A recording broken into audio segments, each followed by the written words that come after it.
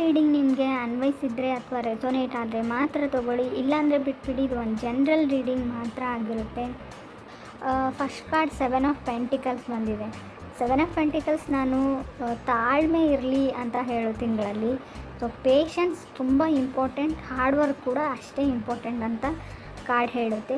Lot of spending ಅಂತ ಹೇಳ್ತೀವಿ, ನೀವು ತುಂಬ ಖರ್ಚು ಮಾಡ್ತೀರಾ ಈ ಮಂತಲ್ಲಿ ಅಂತ ಹೇಳ್ಬೋದು. ಆನ್ಲೈನ್ ಶಾಪಿಂಗ್ ಆಗಿರ್ಬೋದು, ಸುಮ್ಮನೆ ಬ್ರೌಸ್ ಮಾಡ್ತಾ ಹೋಗ್ತೀರಾ, ಸುಮ್ಮನೆ ಬೈ ಮಾಡ್ತಾ ಹೋಗ್ತೀರಾ ಅಂತ ಹೇಳ್ಬೋದು.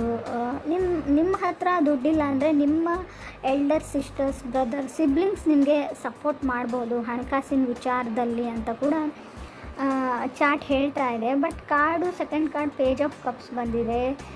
ಯಾರು ನಿಮ್ಮನ್ನು ಇಷ್ಟಪಡ್ತಾರೆ ಅಂತ ಹೇಳ್ಬೋದು. ನೀವು ಇತ್ತೀಚೆಗೆ ನೋಟಿಸ್ ಮಾಡ್ತಾ ಇದ್ದೀರಾ ಅಂತ ಹೇಳ್ಬೋದು. ಯಾರೋ ನನ್ನನ್ನು ಗಮನಿಸ್ತಾ ಇದ್ದಾರೆ, ನನ್ನ ಕಡೆ ನೋಡ್ತಾ ಇರ್ತಾರೆ, ಸ್ಮೈಲ್ ಮಾಡ್ತಾ ಇರ್ತಾರೆ ಅಂತ ನಿಮಗೂ ಅನ್ನಿಸ್ಬೋದು ಅಂತ ಹೇಳುತ್ತೆ. ಈ ತಿಂಗಳು ಇದು ನನ್ನ ಟೈಮ್ ಅಂತ ತಿಂಗಳು ಮೈ ಟೈಮ್ ಅಂತ ಅನ್ನಿಸ್ಬೋದು ನಿಮಗೆ. ನಾನು ಮಾಡಬಲ್ಲೆ, ನಾನು ಮಾಡ್ಬೋದು, ನಾನು ಮಾಡ್ತೀನಿ, ಐ ಕ್ಯಾನ್ ಅಂತ ಕೂಡ ನಿಮ್ಗೆ ಅನಿಸುತ್ತೆ ಈ ತಿಂಗಳು ಅಂತ ಹೇಳುತ್ತೆ.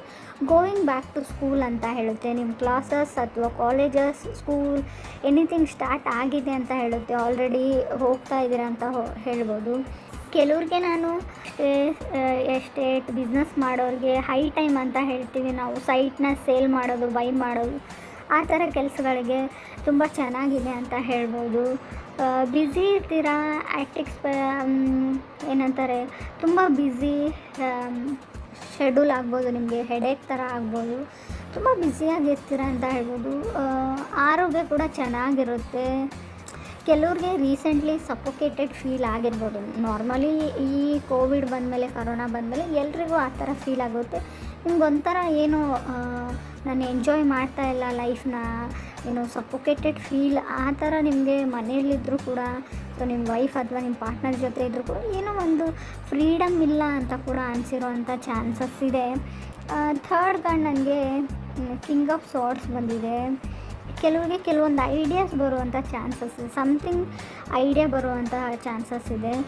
ಇನ್ ಕೇಸ್ ನೀವೇನಾದರೂ ಬಿಸ್ನೆಸ್ ಮಾಡ್ತೀರಾ ಅಥವಾ ನೀವು ಕೆಲಸ ಮಾಡ್ತೀರಾ, ಜಾಬಲ್ಲಿದ್ದೀರಾ, ITಯಲ್ಲಿದ್ದೀರೋ, ನಿಮ್ಮ ಅಂಡರ್ ವರ್ಕ್ ಮಾಡೋ ವರ್ಕರ್ಸ್ ಬಗ್ಗೆ, ನೀವು ಟೀಮ್ ಲೀಡರ್ ಇದ್ದರೆ ನಿಮ್ಮ ಅಂಡರ್ ಯಾರು ವರ್ಕ್ ಮಾಡ್ತಾರೆ ಅವ್ರ ಬಗ್ಗೆ, ಬಿಸ್ನೆಸ್ ಮಾಡ್ತಾಯಿದ್ರೆ ನಿಮ್ಮ ಕೈ ಕೆಳಗೆ ಯಾರು ಕೆಲಸ ಮಾಡ್ತಾರೆ ಅವ್ರ ಬಗ್ಗೆ ಕೇರ್ಫುಲ್ಲಾಗಿರಿ. ಸೊ ಯಾಕಂದರೆ ಅವರು ನಿಮ್ಮ ಹೆಸರನ್ನ ಹಾಳು ಮಾಡುವಂಥ ಚಾನ್ಸಸ್ ಇದೆ. ನಿಮ್ಮ ಬಗ್ಗೆ ಗಾಸಿಪ್ ಮಾಡ್ಬೋದು, ನಿಮ್ಮ ಬಗ್ಗೆ ಕೆಟ್ಟದಾಗಿ ಹೇಳ್ಬೋದು, ಅಥವಾ ನಿಮ್ಮ ಹತ್ರ ದುಡ್ಡು ತೊಗೊಂಡ್ಬಿಟ್ಟು ಅವ್ರು ಕೆಲಸ ಮಾಡದೇ ಇರ್ಬೋದು ಅಂತಲೂ ಕಾರ್ಡ್ ಹೇಳ್ತಾ ಇದೆ. ಎಲ್ರಿಗೂ ಅಲ್ಲ, ಬಟ್ ಪದೇ ಪದೇ ನಿಮ್ಮ ಮೈಂಡನ್ನ ಚೇಂಜ್ ಮಾಡೋದನ್ನು ಸ್ಟಾಪ್ ಮಾಡಿ ಅಂತ ಹೇಳ್ತಾ ಇದೆ.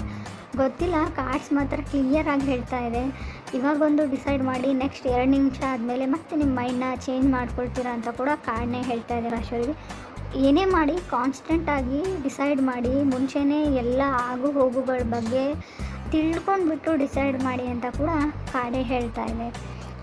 ಕೆಲವ್ರಿಗೆ ನಾನು ಬೇರೆಯವ್ರಿಗೆ ವ್ಯಾಲ್ಯೂ ಮಾಡೋದನ್ನು ಕಲೀರಿ ಅಂತ ಕೂಡ ಕಾರ್ಡ್ ಹೇಳ್ತಾ ಇದೆ. ನಿಮ್ಮ ಪೇರೆಂಟ್ಸ್ ಆಗಿರ್ಬೋದು, ನಿಮ್ಮ ಫ್ರೆಂಡ್ಸ್ ಆಗಿರ್ಬೋದು, ಸೊ ನೀವು ಅಷ್ಟೊಂದು ವ್ಯಾಲ್ಯೂ ಮಾಡ್ತಾಯಿಲ್ಲ ಅಂತ ಕೂಡ ಕಾರ್ಡ್ ಹೇಳ್ತಾ ಇದೆ. ಅಥವಾ ನಿಮಗೆ ಯಾರೂ ವ್ಯಾಲ್ಯೂ ಕೊಡ್ತಾಯಿಲ್ಲ, ಗೌರವ ಕೊಡ್ತಾಯಿಲ್ಲ ಅಂತ ನಿಮಗೆ ಅನಿಸೋಂಥ ಚಾನ್ಸಸ್ ಕೂಡ ಇದೆ.